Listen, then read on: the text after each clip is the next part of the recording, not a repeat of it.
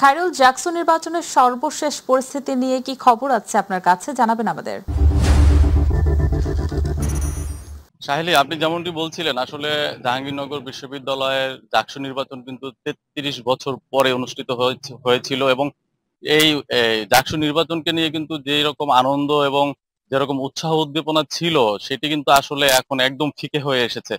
আমরা যদি বলি যে গত 37 ঘন্টা পার হয়ে গেলেও কিন্তু এই নির্বাচনের ফলাফল কিন্তু দিতে পারেনি এই নির্বাচন কমিশন।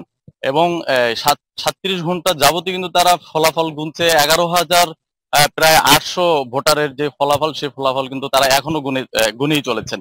আমরা যদি একটু বলি, দেখাতে চাই যে আসলে এখন জাকসু সংসদ কমিশন, নির্বাচন কমিশনের যে কার্যালয় আছে, সেই কার্যালয়ের সামনে কিন্তু গতকালকে রাত্রে থেকে কিন্তু যে উৎসাহ নিয়ে ছাত্র ভোটাররা এবং হচ্ছে যারা প্রার্থী ছিলেন তারা যেভাবে উপস্থিত ছিলেন, সকাল হতে হতে কিন্তু তাদের সেই আনন্দ ম্লান হয়ে তারা কিন্তু এক প্রকার বিরক্তি প্রকাশ করে কিন্তু তারা এই নির্বাচন কার্যালয়ে থেকে কিন্তু তারা চলে গিয়েছে।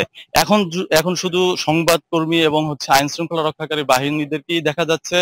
আর তাছাড়া কিছু কিছু প্রার্থীর দুই একজন লোক কিন্তু আছে ডাকসু নির্বাচনের যে কমিশন, সেই কমিশনে। আমরা কিন্তু ভিতরে গিয়েছিলাম, ভিতরে যেটি দেখেছি যে নির্বাচন কমিশন কিন্তু এখন সেই ম্যানুয়াল পদ্ধতিতে ভোট গণনা করছে এবং ভোট গণনা কিন্তু সকালের পর থেকে কিন্তু একটু ধীর গতিতেই কিন্তু চলছে বলে আমাদের নজরে এসেছে।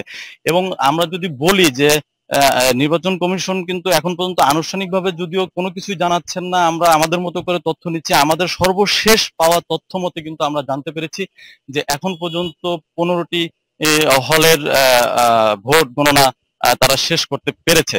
আহ, আরো কিন্তু মোটামুটি অনেকগুলো ভোট গণনা বাকি রয়ে গেছে। আমরা যদি একটু ভাবি যে এখন যেই হলগুলো বাকি আছে, সেগুলো যদি আসলে প্রতিটি হলও যদি আধা ঘন্টা বা 1 ঘন্টা করেও লাগে, তাতেও কিন্তু প্রায় 6 থেকে 7 ঘন্টা কিন্তু লেগে যাবে এই ফলাফল এই ভোট গণনা শেষ করে।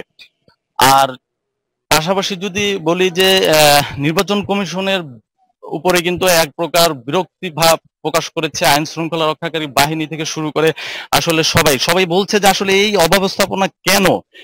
এটি কি আসলে তাদের অভিজ্ঞতার মানে অভাব, নাকি অন্য কোনো বিষয় ঘটছে ভিতরে ভিতরে, যেটি নিয়ে কিন্তু আসলে সবার মনে মানে একটা প্রশ্ন তৈরি হয়ে গেছে। এবং বাংলাদেশে কিন্তু আসলে ঢাকা ভার্সিটির যে ডাকসু নির্বাচন, সেই নির্বাচনের পর থেকে কিন্তু সারা দেশ কিন্তু আসলে তাকিয়ে আছে যে জাকসু নির্বাচনে কি ফলাফল হয়।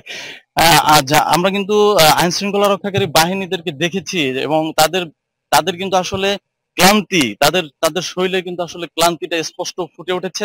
তারা কিন্তু বলছে যে আর কত সময় লাগতে পারে। বারবারই কিন্তু আমাদের সাথে দেখা হওয়ার সাথে সাথে কিন্তু বাইরে যারা দায়িত্ব পালন করছে, তারা কিন্তু আমাদেরকে বারবার একই প্রশ্ন করছে যে আসলে আরো কতক্ষণ সময় লাগবে এই জাকসু নির্বাচনের ফলাফল দিতে। জাহাঙ্গীরনগর থেকে জাকসুর নির্বাচনের কিন্তু এই পর্যন্ত আমার কাছে ছিল সর্বশেষ খবর। খায়রুল, আপনাকে ধন্যবাদ। দর্শক, আমাদের সাথে যুক্ত ছিলেন আমাদের সহকর্মী খায়রুল, জানাচ্ছিলেন জাকসু নির্বাচনের সর্বশেষ পরিস্থিতি।